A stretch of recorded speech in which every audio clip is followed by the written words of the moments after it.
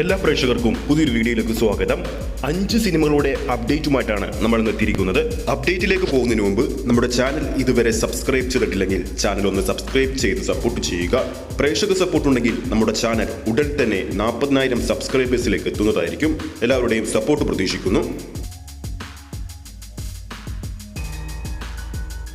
വൻപൻ collection നേടിയെടുത്ത 2 ചിത്രങ്ങൾക്ക് ശേഷം ലാലേട്ടൻ്റെതായി അടുത്ത തിയേറ്റർ റിലീസിന് തയ്യാറെടുക്കുന്ന ചിത്രമാണ് സത്യനന്ദിക്കാട് ലാലേട്ടൻ കോംബോ വീണ്ടും ഒന്നിച്ച ഹൃദയപൂർവ്വം. റിപ്പോർട്ടുകൾ പ്രകാരം ചിത്രത്തിന്റെ റിലീസ് അടുത്ത മാസം ആഗസ്റ്റ് 28-നാണ് റിപ്പോർട്ടുകൾ വന്നിരിക്കുന്നത്.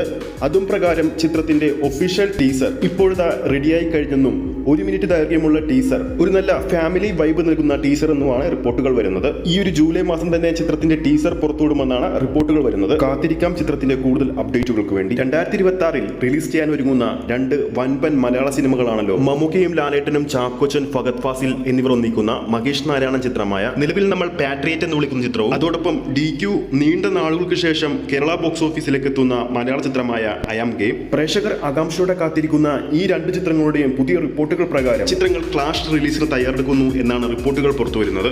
ഇനിയും ഒഫീഷ്യലായിട്ട് പേര് അനൗൺസ് ചെയ്യാത്ത വൻപൻ ചിത്രമായ മഹേഷ് നാരായണൻ ചിത്രത്തിന്റെ റിലീസ് അടുത്ത കൊല്ലം മാർച്ച് 19-നായിരിക്കുമെന്നാണ് റിപ്പോർട്ടുകൾ വരുന്നത്.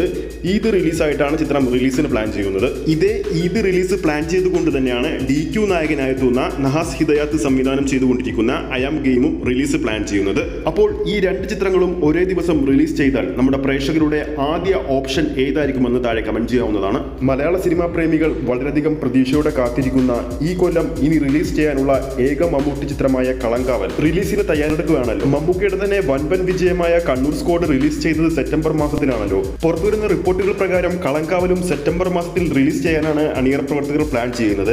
ചിത്രത്തിന്റെ ഭാഗത്തുനിന്ന് ലഭിക്കുന്ന മറ്റൊരു പ്രധാനപ്പെട്ട ഒരു അപ്ഡേറ്റ് പ്രകാരം കളങ്കാവലിൽ മമ്മൂക്കയുടെ കുറച്ച് വർക്കുകൾ കൂടി പൂർത്തീകരിക്കാനുണ്ട്. അത് മമ്മൂക്കയുടെ ഡബ്ബിംഗ് എന്നാണ് പുതിയ റിപ്പോർട്ടുകൾ പുറത്തുവരുന്നത്.